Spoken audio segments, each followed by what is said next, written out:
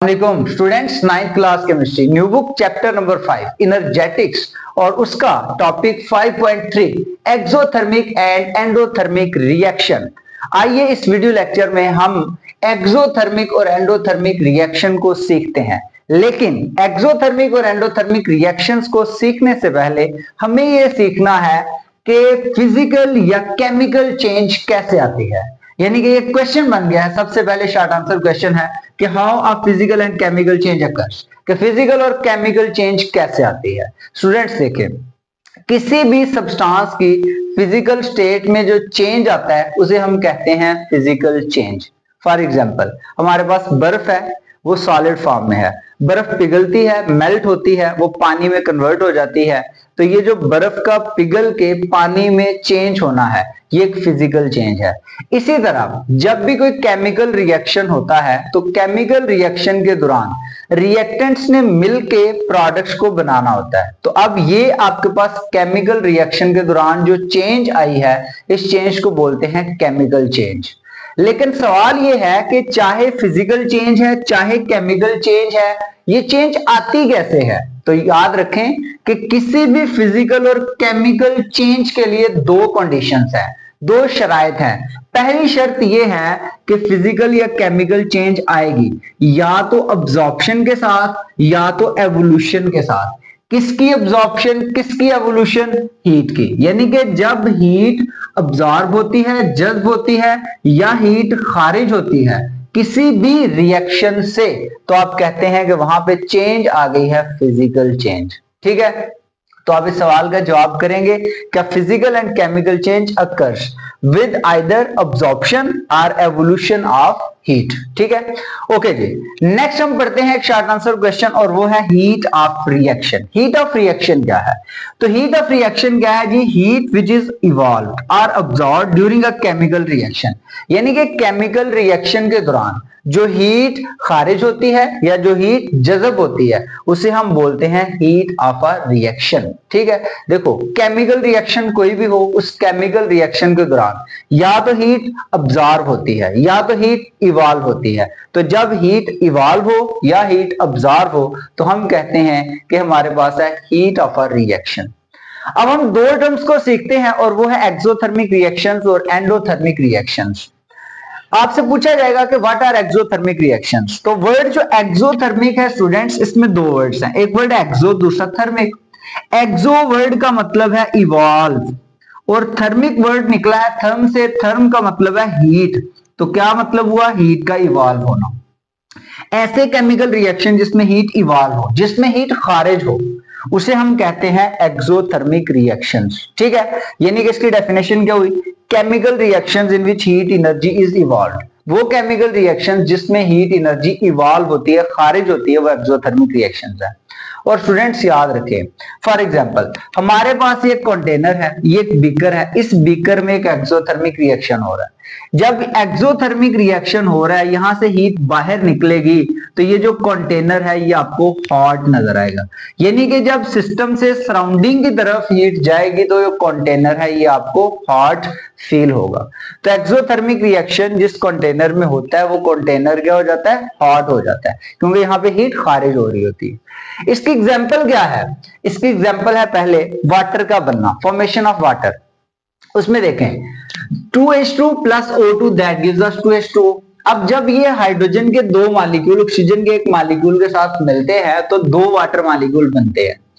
अब जब ये दो वाटर मॉलिक्यूल बनते हैं तो यहाँ पे हीट की एवोल्यूशन होती है, हीट खारिज होती है। अब कितनी हीट खारिज होती है? हीट में चेंज कितना आता है? -571.6 किलो जॉल। यानी कि जब 2 मोल, देखें ये 2 लगा है ना यहाँ पे, तो इसका मतलब है 2 मोल वाटर के बन रहे हैं। तो जब 2 मोल वाटर के बन रहे हैं तो जो हीट एनर्जी यहां से खारिज हो रही है वो है -571.6 किलो जॉल। अब स्टूडेंट्स देखें, ये हीट एनर्जी जो है इसके साथ माइनस साइन इंडिकेट कर रहा है कि ये रिएक्शन एक्सोथर्मिक है। हमेशा जितने भी एक्सोथर्मिक रिएक्शंस होते हैं उनकी जो इंथाल्पी चेंज की वैल्यू लिखें या हीट चेंज की वैल्यू लिखें, उसके साथ नेगेटिव साइन यूज करते हैं। लेकिन फर्ज करें कि हम इस रिएक्शन को उल्ट कर देते हैं, रिवर्स कर देते हैं। हम क्या करते हैं, वाटर के मॉलिक्यूल को इधर ले आए और हाइड्रोजन ऑक्सीजन को प्रोडक्ट साइड पे ले जाएं, तो सेम अमाउंट में हीट अब्सॉर्ब होगी। अच्छा, अब इसी तरह हमारे पास दूसरी एग्जांपल है जिसमें कार्बन मिक्स होता है ऑक्सीजन के साथ, या कार्बन रिएक्ट करता है ऑक्सीजन के साथ और कार्बन डाइऑक्साइड बना देता है। जब 1 मोल कार्बन जो सॉलिड फॉर्म में वो ऑक्सीजन के साथ मिलेगा तो वो कार्बन डाइऑक्साइड गैस बना देगा। जब कार्बन डाइऑक्साइड गैस बनती है तो यहाँ पे 393.5 किलो जूल हीट जो है ये इवॉल्व होती है, खारिज होती है। तो अब देखें, मैंने पहले भी बताया कि जब एक एक्सोथर्मिक रिएक्शन हो रहा होता है तो ये जो एनर्जी की वैल्यू होती है इसके साथ माइनस साइन लगाते हैं या नेगेटिव साइन लगाते हैं। ये नेगेटिव साइन इंडिकेट कर रहा है कि इस केमिकल रिएक्शन के दौरान हीट जो है वो खारिज हो रही है। अब देखो, इसका मतलब है ये जो इंथाल्पी चेंज के साथ, डेल्टा एच को इंथाल्पी चेंज भी बोलते हैं, इसके साथ जो नेगेटिव साइन लगाते हैं ये रिप्रेजेंट करता है एक्सोथर्मिक चेंज को। अब अगर कार्बन डाइऑक्साइड समझ लेंगे रिएक्टेंट है और कार्बन और ऑक्सीजन प्रोडक्ट है, यानी कि इस रिएक्शन को उल्टा दें, पहले हमने बनाया कार्बन डाइऑक्साइड, अब हम बनाए अगर कार्बन और ऑक्सीजन, तो क्या होगा, इतनी ही मिकदार जो हीट एनर्जी की है वो अब्सॉर्ब हो जाएगी। तो इसका मतलब है कोई भी केमिकल रिएक्शन जो एक्सोथर्मिक हो सकता है वो एंडोथर्मिक भी हो सकता है। उसको उल्टा दें, अगर यहाँ पे वाटर बन रहा है तो वाटर को की ब्रेकडाउन करवा दें हाइड्रोजन ऑक्सीजन में, तो रिएक्शन एक्सो से एंडो में चेंज हो जाएगा। फर्क क्या पड़ेगा, यहाँ पे नेगेटिव के साथ पॉजिटिव लग जाएगा। ओके, अब देखते हैं जी एंडोथर्मिक चेंज क्या है। अच्छा, एंडोथर्मिक, एंडो का मतलब है अब्सॉर्ब, एंडो का वर्ड का मतलब है अब्सॉर्ब, और थर्मिक का मतलब थर्मिक थर्म से निकला, उसका मतलब हीट। तो ऐसा रिएक्शन जिसमें हीट अब्सॉर्ब हो, तो इसकी डेफिनेशन प्रॉपर क्या बनी, chemical reaction in which heat energy is absorbed. वो केमिकल रिएक्शन जिसमें हीट एनर्जी जज्ब होती है उसे कहते हैं एंडोथर्मिक रिएक्शन। अब जब भी बच्चों एंडोथर्मिक रिएक्शन होता है तो हीट एनर्जी अब्सॉर्ब होती है। जब हीट एनर्जी अब्सॉर्ब होती है सराउंडिंग से, तो सराउंडिंग का टेम्परेचर भी कम हो जाता है। इस तरह से आप लोग ये कहोगे कि जिस बीकर में एंडोथर्मिक रिएक्शन हो रहा होता है वो बीकर हमें कूल यानी कि ठंडी महसूस होती है। क्यों ठंडी महसूस होती है वो बीकर, क्योंकि वो बीकर जो है वो हीट एनर्जी को क्या कर रही है, अब्सॉर्ब कर रही है सराउंडिंग से। सराउंडिंग से उसे हीट चाहिए तो वो हीट सराउंडिंग से लेती है, उसके जिस कंटेनर के में रिएक्शन हो रहा होता है वो इधर उधर से जो है वो हीट लेती है। तो जो वो बीकर के गिर्द जो है वो टेम्परेचर कम हो जाता है। जब टेम्परेचर कम होता है तो उससे आपको जो कंटेनर है वो कूल महसूस होती है। अच्छा, बहरहाल इसके एग्जांपल देखते हैं कि एंडोथर्मिक रिएक्शन की क्या एग्जांपल्स हैं। पहले नंबर पे देखें, हाइड्रोजन गैस और आयोडीन का मिलना और हाइड्रोजन आयोडाइड का बना देना। ये हाइड्रोजन है, ये गैसियस फॉर्म में, आयोडीन है, ये सॉलिड फॉर्म में है। अब चूंकि ये सॉलिड फॉर्म में है तो इसलिए ये हाइड्रोजन और ऑक्सीजन ऑर्डिनरी कंडीशन पे नहीं मिलेंगे। नॉर्मल जो कंडीशंस हैं टेम्परेचर और प्रेशर की, उन पे रिएक्ट नहीं करेंगे, बल्कि ये रिएक्शन करवाने के लिए आपको हाई टेम्परेचर प्रोवाइड करना पड़ता है। अब हाई टेम्परेचर क्या करता है भला, हाई टेम्परेचर एनर्जी बैरियर खत्म करता है। यानी कि वो जो अबूर होती है ना, वो एक देखो जब भी केमिकल रिएक्शन हो रहा होता है ना, वहां पे एक एक्टिवेशन एनर्जी हम टर्म पढ़ते हैं, और एक्टिवेशन एनर्जी की वो मिकदार होती है जो हमें चाहिए होती है रिएक्टेंट को प्रोडक्ट में कन्वर्ट करने के लिए। वहां पे ना एक बैरियर आता है, जंप आता है, वो रिएक्टेंट्स जब जंप को क्रॉस करते हैं देन प्रोडक्ट बनता है। तो वो जंप तक पहुंचने में हीट की जरूरत पड़ती है। तो देखें, हाइड्रोजन और आयोडीन जब भी मिलता है तो इनको हाई टेम्परेचर मिला, टेम्परेचर ने इनको एनर्जी दी। जब इनको टेम्परेचर ने एनर्जी दी तो इन्होंने उस जंप को, for example this one is the jump, ये रिएक्टेंट है हाइड्रोजन और आयोडाइड, सॉरी आयोडीन, ये रिएक्टेंट है। ये अगर इस जंप तक पहुंचेंगे तो इसको क्रॉस करेंगे, देन ये प्रोडक्ट बनेगा हाइड्रोजन आयोडाइड। तो ये इस जंप को क्रॉस करने में जो मदद देता है वो हाई टेम्परेचर देता है। और इस रिएक्शन के दौरान जो है हीट एनर्जी अब्सॉर्ब हो रही है, और वो कितनी हीट एनर्जी अब्सॉर्ब हो रही है, वो हो रही है जी 53.08 किलो जूल। अब जब भी एंडोथर्मिक रिएक्शन होगा तो आपने डेल्टा एच की वैल्यू के साथ पॉजिटिव साइन लगाना है। लेकिन सवाल ये है कि यहां पे हमने नेगेटिव साइन प्रोडक्ट साइड पे क्यों लगाया? तो इसका मतलब ये होता है कि इस रिएक्शन के दौरान हीट क्या हो रही है? ऑब्जॉर्व हो रही है। इस वजह से आप प्रोडक्ट साइड पे क्या लगा रहे हो? नेगेटिव साइन लगा रहे हो। इसी तरह बच्चों, नाइट्रोजन और ऑक्सीजन दोनों एटमॉस्फेयर में मौजूद हैं गैसेज, ठीक है, दोनों एटमॉस्फेयर में हैं, दोनों हवा में हैं, लेकिन आम कंडीशंस पे ये नहीं मिलती। जैसे ही बादल चमकते हैं या गरजते हैं, लाइटनिंग होती है, उस लाइटनिंग के नतीजा में नाइट्रोजन और ऑक्सीजन गैस मिलती हैं और नाइट्रिक ऑक्साइड बना देती हैं। तो इसका मतलब है लाइटनिंग क्या प्रोवाइड करती है? एनर्जी। तो इसको एनर्जी की जरूरत होती है। जब ये इनको एनर्जी मिलती है तो ये एनर्जी लेके क्या करते हैं कि नाइट्रिक ऑक्साइड या नाइट्रोजन ऑक्साइड में चेंज हो जाते हैं। कितनी एनर्जी ये ऑब्जॉर्व करते हैं? 180.6 किलो जूल। और इसकी जो एनर्जी की वैल्यू है उसको शो करेंगे delta H is equal to 180.6 kilo joule. Positive sign के साथ शो करना है। सेम अमाउंट जो एनर्जी की है वो इवॉल्व होगी अगर आप 2NO को ब्रेक करवा के दोबारा N2 और O2 बना दोगे। यानी कि जिस तरह मैंने पहले बताया कि कोई रिएक्शन अगर एक्सोथर्मिक है, एट द सेम टाइम वो एंडोथर्मिक भी हो सकता है। एट द सेम टाइम वो एंडोथर्मिक हो सकता है। शर्त क्या है कि उसको उल्टा दो। पहले जो बन रहा है अब उसको तोड़ के, मतलब पहले NO बन रहा है ना, 2NO बन रहा है, अब इसकी ब्रेकडाउन करवा के दोबारा N2O2 बना दो तो ये रिएक्शन एक्सोथर्मिक बन जाएगा। ये थी जी आपके पास एक्सोथर्मिक और एंडोथर्मिक रिएक्शंस और उनकी एग्जांपल्स। अब ना हमारे पास कुछ टॉपिक थोड़ा सा लेंथी है, मैंने कोशिश की है कि इस टॉपिक को हम कवर कर सकें और इसके डिफरेंट एस्पेक्ट्स को एक्सप्लेन कर सकें, ठीक है। आप लोगों ने जरा वीडियो को एंड तक सुनना है ध्यान से। अच्छा, नेक्स्ट देखें, our present day living conditions depend heavily on the availability of energy in its various forms. यानी कि जो हमारी लिविंग कंडीशन है ना, मौजूदा जो दिन है, इनमें हमारी जो लिविंग कंडीशन है वो एनर्जी की अवेलेबिलिटी पे इन्हिसार है उनका। देखो, हमें कोई भी काम कर रहा है एनर्जी चाहिए, कोई भी काम करना है हमें एनर्जी चाहिए। तो ज्यादातर हमारी इस प्रॉब्लम को जो डील करते हैं रिएक्शंस, वो है एक्सोथर्मिक रिएक्शंस। यानी कि हमारी रोजमर्रा की जिंदगी में जो हमें एनर्जी चाहिए होती है उसकी जरूरत को पूरा करने के लिए जो रिएक्शंस के साथ हमारा वास्ता पड़ता है वो रिएक्शंस एक्सोथर्मिक रिएक्शंस। और एक्सोथर्मिक रिएक्शन में ज्यादातर हम क्या कर रहे होते हैं? केमिकल एनर्जी को हीट एनर्जी में चेंज कर रहे होते हैं और अपनी जरूरतें जिंदगी पूरी कर रहे होते हैं। मिसाल के तौर पे सबसे पहली जरूरत कंबस्शन का प्रोसेस। हर घर में कंबस्शन का प्रोसेस होता है, आग जलती है, खाना बनता है। तो हम कुकिंग के लिए क्या यूज करते हैं? हम कुकिंग के लिए जो है फ्यूल यूज करते हैं, गैस, ऑयल यूज करते हैं, ठीक है, कोयला यूज करते हैं। जब ये गैस यूज करते हैं, ऑयल यूज करते हैं या कोयला यूज करते हैं तो इससे खुराक पक जाती है, ठीक है। अच्छा, इस प्रोसेस में क्या होता है कि जो सब्सटेंस फ्यूल में मौजूद है, फ्यूल कौन सा है? कोयला।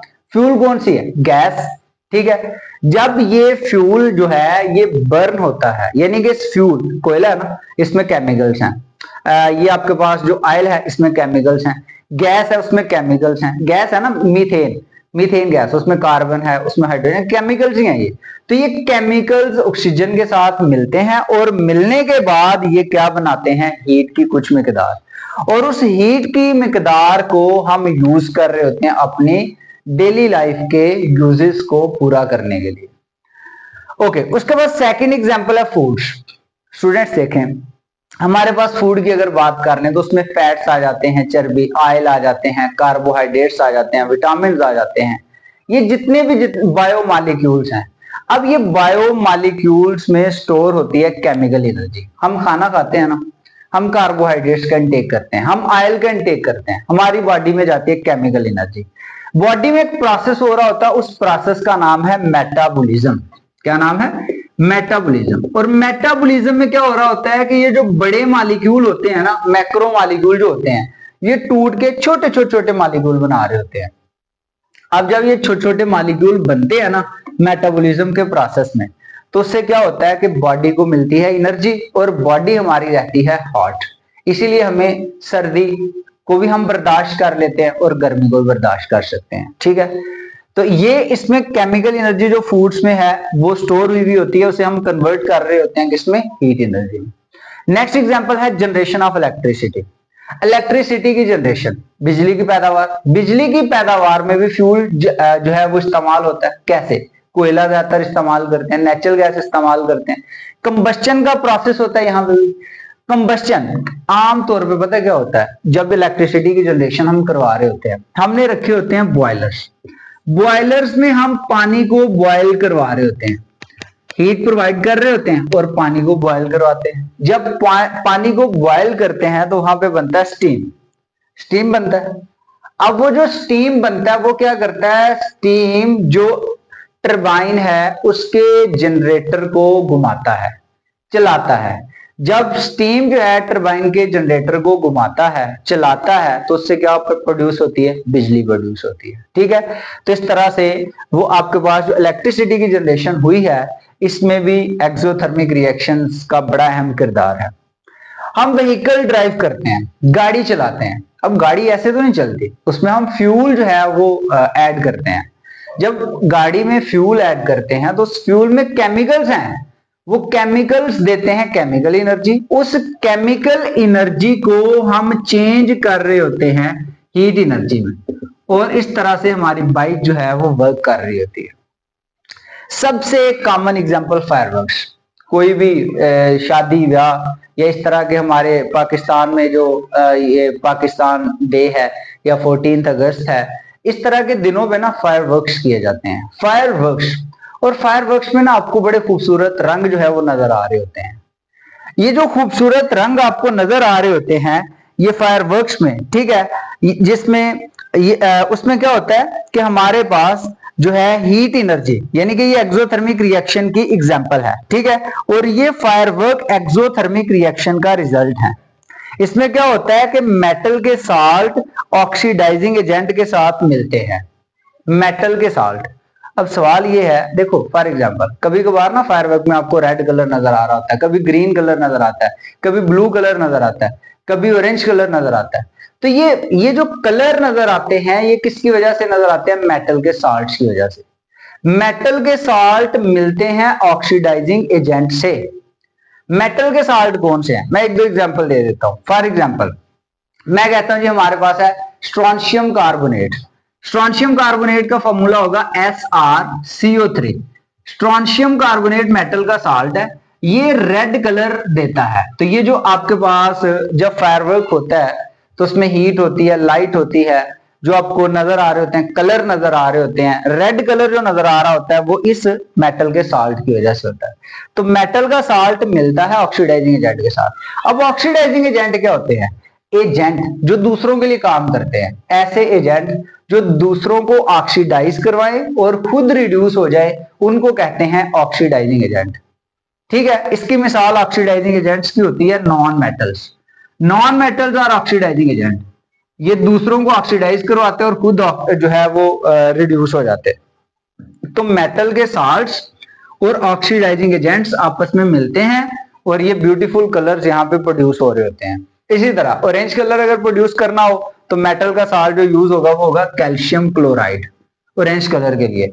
इसी तरह अगर येलो कलर की प्रोडक्शन करनी हो तो सोडियम नाइट्रेट NaNO3। ठीक है, इसी तरह अगर ग्रीन कलर की प्रोडक्शन करनी हो तो बेरियम क्लोराइड BaCl2। ये सारे मेटल के साल्ट्स हैं। ये मेटल के साल्ट जलते हैं ऑक्सीडाइजिंग एजेंट्स के साथ, तो ये ब्यूटीफुल कलर्स प्रोड्यूस करते हैं। स्टूडेंट्स अब देखो इसमें जो नेक्स्ट पोर्शन है हमारा ये टॉपिक अभी कंप्लीट नहीं हुआ। जो इसमें नेक्स्ट पोर्शन है उसको नेक्स्ट वीडियो लेक्चर में हम इंशाल्लाह कवर करेंगे। अभी तक मैंने जितनी भी चीजें आप लोगों को पढ़ाई हैं होपफुली आप लोगों ने अंडरस्टैंड की होंगी, और अगर आप लोगों ने अंडरस्टैंड की हैं तो आप लोगों ने कमेंट सेक्शन में लास्ट में कमेंट करके बताना है। ओके जी, अल्लाह हाफिज।